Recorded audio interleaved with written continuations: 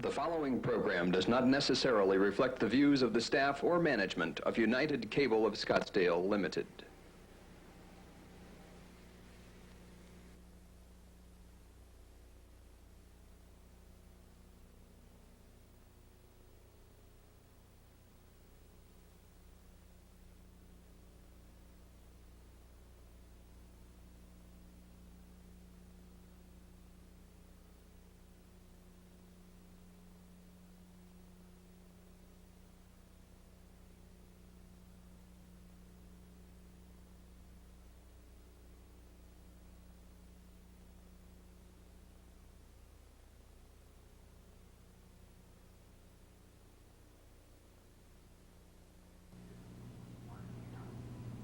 Today's program is directed primarily toward the pet lovers in our audience. I'm Bill Billing from here in Scottsdale, and with me today is Barbara Wurts, also from Scottsdale, and her friend, Freddie Maltese. Both Barbara and Freddie are international travelers. I've seen a lot of the photographs that Barbara has taken of her travels in Europe with Freddie, and I was really amazed that with the ease with which she and Freddie were able to travel throughout that section of the world. I had labeled under the impression that if you were planning to travel to Europe and you had a pet, that you were faced with placing the pet in a kennel, sort of imprisoning the pet while you were gone. But this is not the case. My discussions with Barbara not only revealed that she and Freddie had no problems in their travel in Europe, but that they enjoyed each other's company, and there were benefits for Barbara in having Freddie with her. As you can see, Freddie is in a little pack that Barbara has made up, and that this is the way that they traveled throughout Europe. Barbara, could you tell the audience some of the experiences that you had in Europe with Freddie? I'd be delighted to, and especially to share some surprises that I had, and also things that relieved my anxieties, having no knowledge prior to departure with Freddie, what was waiting for me in Europe. I had to learn everything from the requirements of health certificates, transportation, what was allowed. Freddie, being very small, could go in cabin with me, and of course this allowed him total tranquility of being with me. Now, if he were a larger dog, this would have been possible. However, what the big surprise for me was the ease throughout Europe, and the dogs are welcomed in hotels and buses, airplanes, trains. An ease of travel I'd never experienced in the United States, in fact. Well, if someone in our audience, Barbara, was planning a trip to most of the countries in Europe, and I believe that all but a few countries allow the pets, yes, is that right? Which countries that's do not? correct. Even though Freddie, he's British by birth, in fact his birthday and he and the Queen share the same day, 21st April, he can't return to Britain, because, at least as a holiday-making dog, because he would have to undergo a 6 months quarantine to return there. And also Sweden, Norway, and Finland share this. They do not, they are island states, and of course, if you can control rabies in that way, naturally they want to do so. But any of the other countries are wide open. In fact, Freddie has traveled now through 10 countries. Yes. That's great. Well, now, if someone in our audience has a little pet like Freddie, and they're thinking, my next trip to Europe, holiday. France, Germany, any of those countries are by far and away superb for travel. Like I was saying, the ease of travel, the ability to check into any hotel, whether it's a B&B or up to bed and breakfast, as we call it, bed and breakfast, up to your 5-star luxury deluxe hotel. The dog is no problem. The only countries I found that are more like the United States, strangely enough, are Spain and Portugal. Now you may get a couple of times saying the dog, we don't normally take dogs, but if they see he's very well behaved, in fact, I've been in that situation, and they look at Freddie and they say, oh, no problem, at all. But throughout, and even in Spain and Portugal, there is, as I say, no problem, but throughout the other countries, I have never come up in a situation where there was not an ease traveling to any hotel at all. It was very, very easy.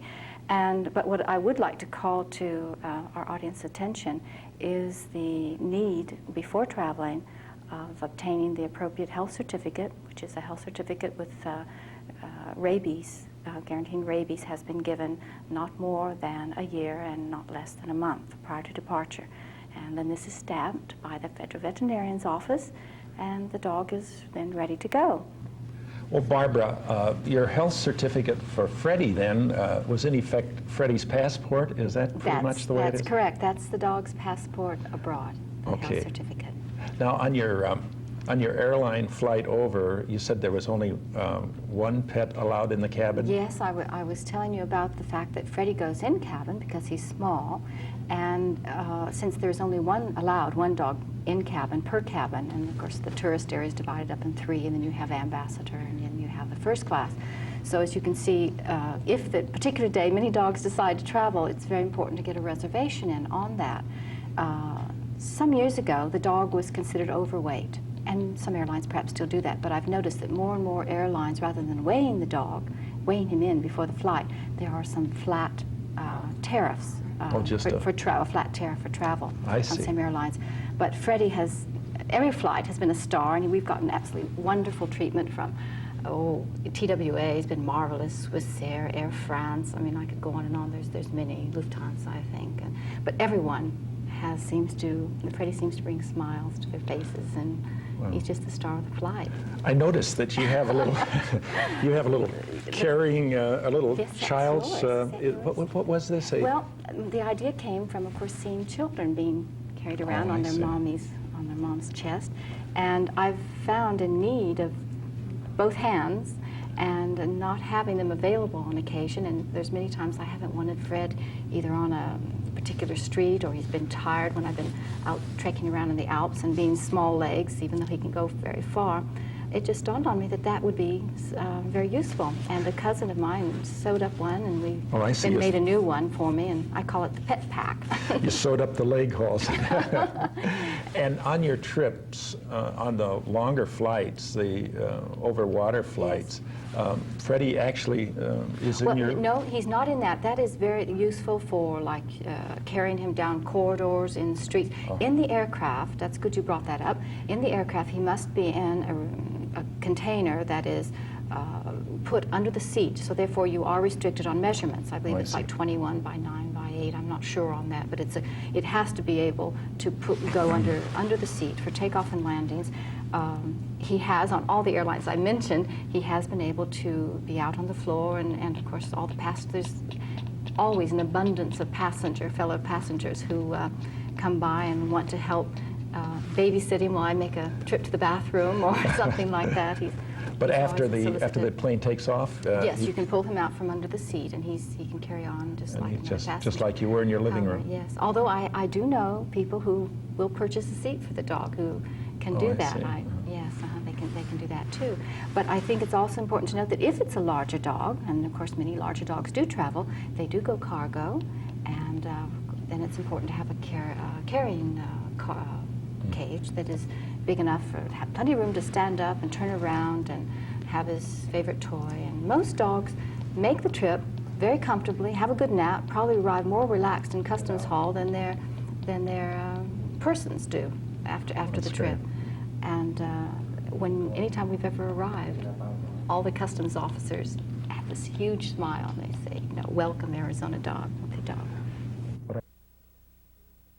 Oh, I was going to say to the audience, if any of them have a pet about your size that they'd like to prepare a carrying or a little child's kit for them, it's a real simple thing to do. And so I think that you might be interested in making up one of these or converting a child's kit to carry your pet in while you're on your trip. That is certainly for me. I've seen so many of the photographs that you made while you were on your European trip, where you had your little pet with you. Well, after the plane trip over and you landed in France, or was it France you landed? Yes, in fact, well, we've landed in many different countries, but France was, in fact, his first flight abroad was in France, and this is when I really came to know that the French, I've always heard that they do love dogs, and I came to know that this is certainly a wonderful characteristic in their personality. As Freddie, the first meal he had was in a deluxe restaurant in Paris, and he sat beside me, and this is when I was overjoyed to the fact that it was so different than the United States, that the dog could go right into the restaurant with me. And I don't feed him any people food, although some French people, you know, they do, and the rest, the waiters offered to bring him whatever, you know, croquette de boeuf, anything he wanted there at the table. But I have had one experience that was later in Bavaria, in Germany. Fred was being very well behaved at the Gasthaus restaurant, very typical, a lot of atmosphere, and my son and I were dining, and Freddie couldn't keep his eyes off a table next to us. And I didn't understand. There's two men sitting there, and they weren't even eating steak. So I didn't understand until later, out from under the table, when the men left, were these two gigantic, I don't even know what breed. One might be a mixed German Shepherd, but they were huge. Both, certainly, I'm sure, aware of Freddie's presence, but the reason I'm saying this is to bring the attention that I have never seen a situation where either my dog has been obnoxious or not behaved in the restaurant, or any of the other dogs, no matter what the size is.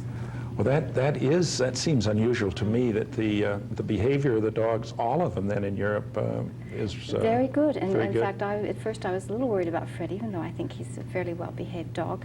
I didn't know how, under those circumstances, never having taken him to restaurants before, but it was lots of fun being able to take him in, a new experience.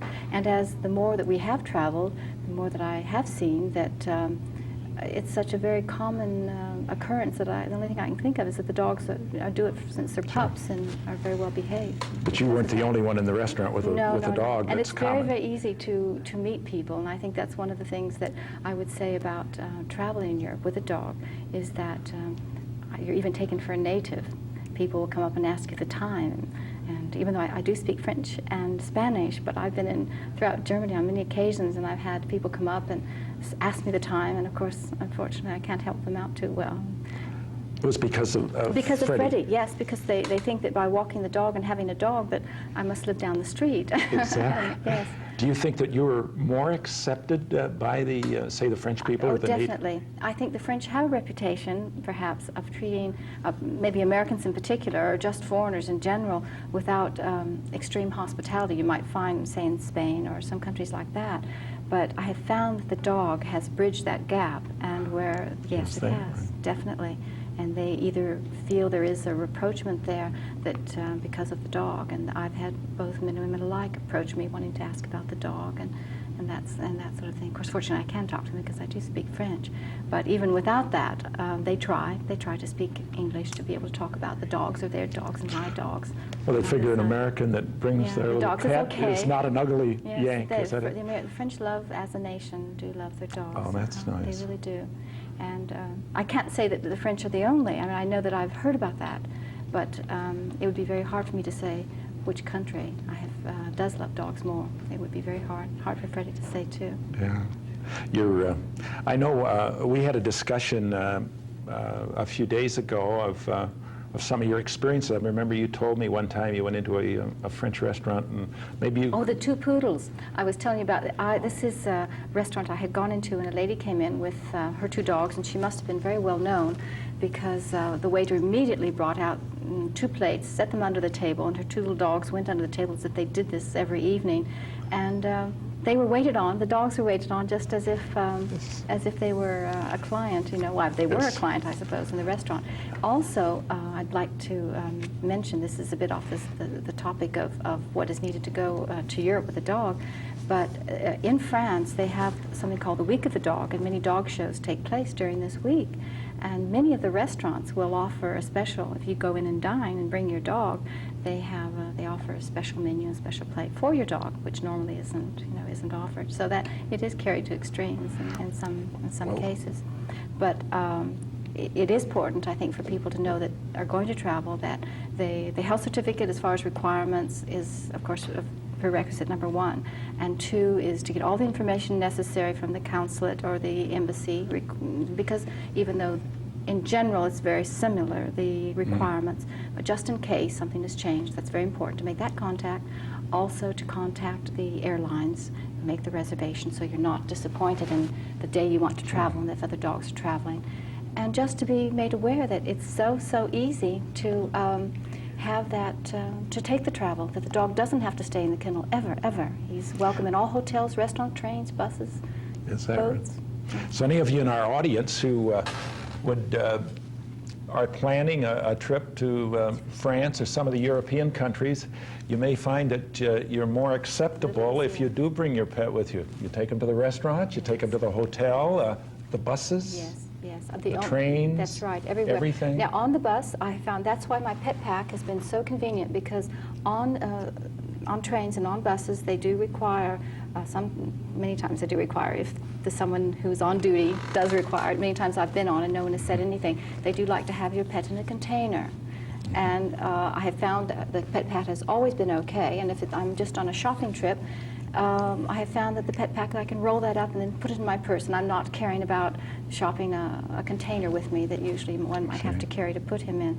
So for me, that's why this has turned into a necessity for me. And people have chased after me since they've never seen this before. I've had people in Germany and all throughout the country chasing after me to say, where have you find such a thing? Cute little item, I know. So I've anyone seen can make one up, yes. all of so many of your photographs where you have Freddie and the... Yes, they do.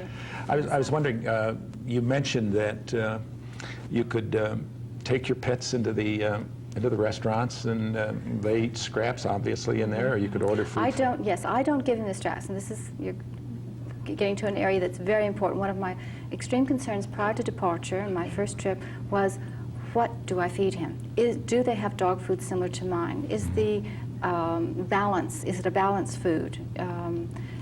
I have to put everyone at ease. There is everything you would want to have for a dog. You find it just like you do in the United States. There is no problem at all. And it's dry food, canned foods, some richer, there's diet foods, there's just no problem at all. Your food, whatever you're feeding, can be duplicated easily. Just take a little bag with a couple of days and no problem at all. Another important issue, of course, is to be relaxed in the fact that there is always, in any of the larger cities, a veterinarian who will be speaking English. It's so wonderful to have that knowledge, to know that you can, through the tourist bureau, or if it happens to be a capital city, through the embassy, to obtain a veterinarian if your pet needs it. That is important. You don't have to take food with you, and you have the services of a veterinarian wherever you go. Yes, that's true. Well, that is.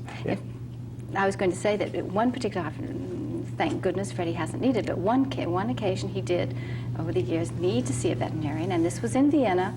And after we came back, I found a little bouquet of flowers, a little bone, which is a gift, a doggy toy that had been left there by the housekeeping girls and the management, just to make sure Freddie was fine and all right, and receiving phone calls from some of the guests to make sure. So just to say that dogs are really loved and cared for as much as the people, clients of the hotel. That is marvelous.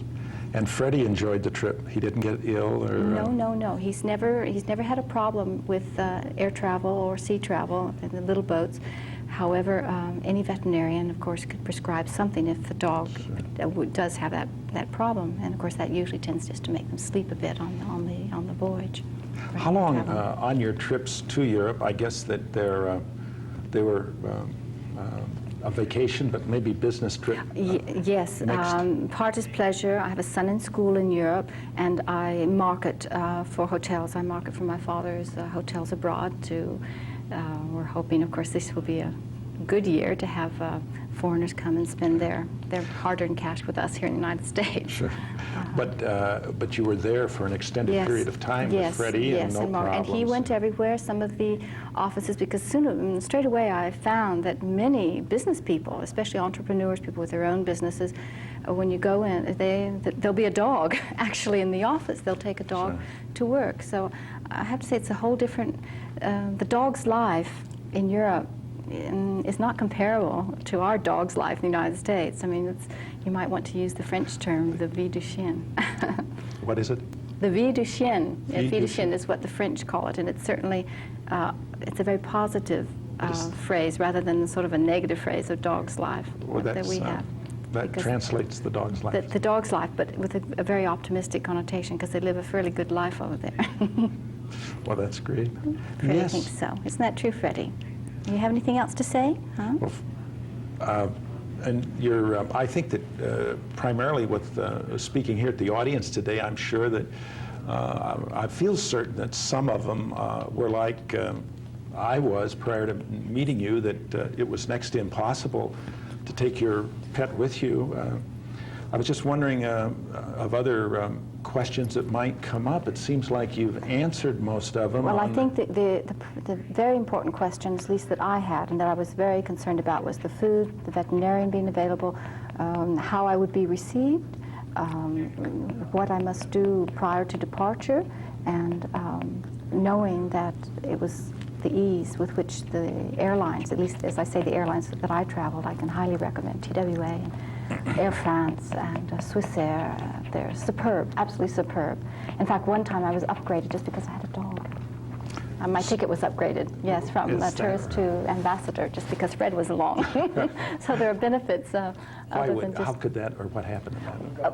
Well, he was just there, and I'm not sure if there was another dog in cabin, or just the fact that they wanted to give me a bit more space. And this particular airline was Swissair.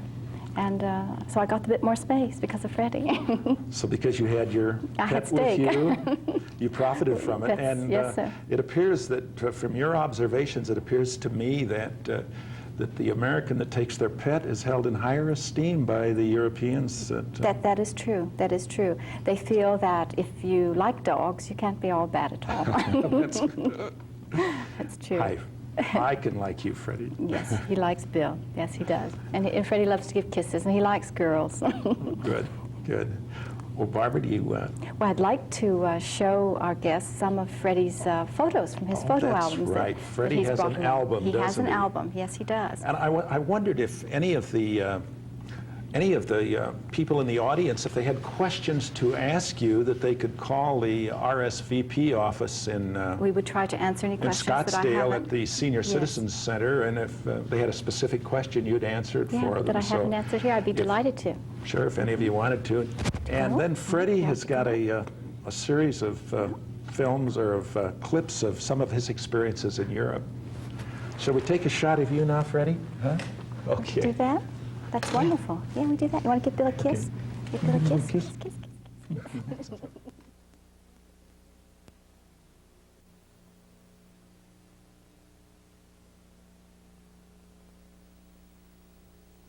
With the American dollar enjoying excellent purchasing power in many countries throughout Europe, I decided to join the exodus to the land of my forefathers.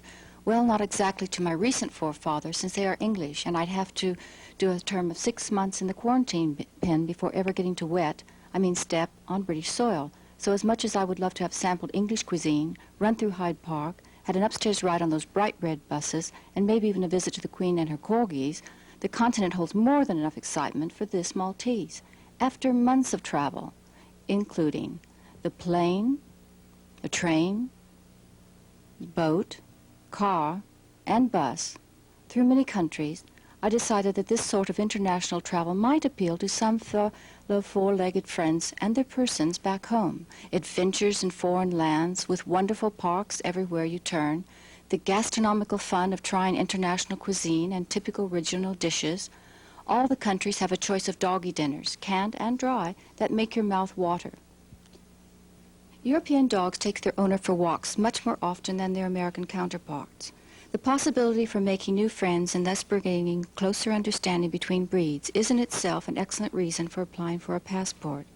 And we all know how easy it is for our persons to meet people with us along. Each of us is a roving diplomat representing his country. Perhaps with our enthusiastic tail wags and our owner's sincere handshakes, we can bring more warmth to international friendships. That brings us to the first requirements in planning your trip to abroad. The health requirements for the American dog going to Europe. Each country has its particular requirement for entry. However, most European countries are quite similar, except for Norway, Finland, and Sweden, island nations, which have some quarantine, as does Britain. So these countries are, of course, not suitable for dogs on holiday. This information is available from the Federal Veterinarian's Office and from the appropriate embassy or consulate concerned. The second major item is your travel arrangements. Getting there. Do you fancy air travel or a leisurely cruise? If you are a small dog like yours truly and can fit into a travel case put under the seat for takeoff and landings, then air travel is most enjoyable. On several of the international air carriers, if your person is well behaved, you can even sit on his or her lap. If you prefer the crossing to jet sailing, then you will want to know that the QE2 has excellent dog accommodations for the 5-day voyage. And after arriving at Southampton, one can immediately carry on to France by ferry with no fear of serving a 6-month quarantine sentence. The high outdoor dog terrace is terrific and would be envied by many first-class passengers. There is a steward at your every beck and bark, and your person can come to visit whenever you wish. That is a switch, your person coming to you. We shall begin with Paris, France, since that is where my first memorable TW8 touched down. After a quick wave through passport control by the impressive uniformed gendarme with a warm smile, my owner and I made our way to baggage claim. Customs didn't even care to look at my doggy dish or favorite ball. So my owner whisked me outside to a welcome light pole. My friends, you can enjoy the pleasures of perfect acceptance in the great restaurants of France, whether on your person's lap, as in my case, or under the table, being served your own croquette de boeuf. With appropriate behavior, you will have approving nods from all. Keen observation of most European dogs would be recommended, as their social graces in most cases are exceptional. If I were asked which country of Europe loves dogs most, I would be very hard-pressed to come up with a single answer. However, as much as the French love dogs and are famous for this wonderful characteristic in their nature, I would have to say my personal findings put the Germanic countries on top of the list, perhaps A for Austria in the lead. However, my Amsterdam arrival was greeted with a huge smile from the Dutch official as he said, "Welcome, Arizona dog," revealing early in my stay how special dogs are to the Dutch.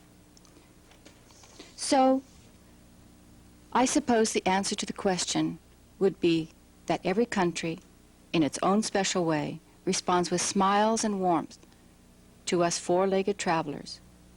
As usual, what better reward for us than bringing smiles to faces and happiness to hearts everywhere?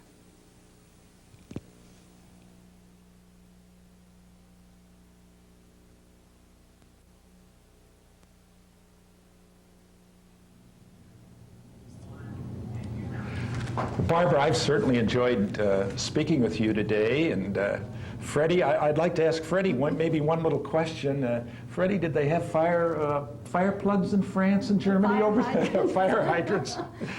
Forgot. Okay, yes. We'll have a little toast to Freddie. Barbara, it was awfully nice to have you here. All your audience, and that Thank you. if they travel to abroad with their dog, I hope they have as happy of travels as Freddie might have had. I think that's just great. And Freddie, come back and see us again, okay? We'd be delighted to.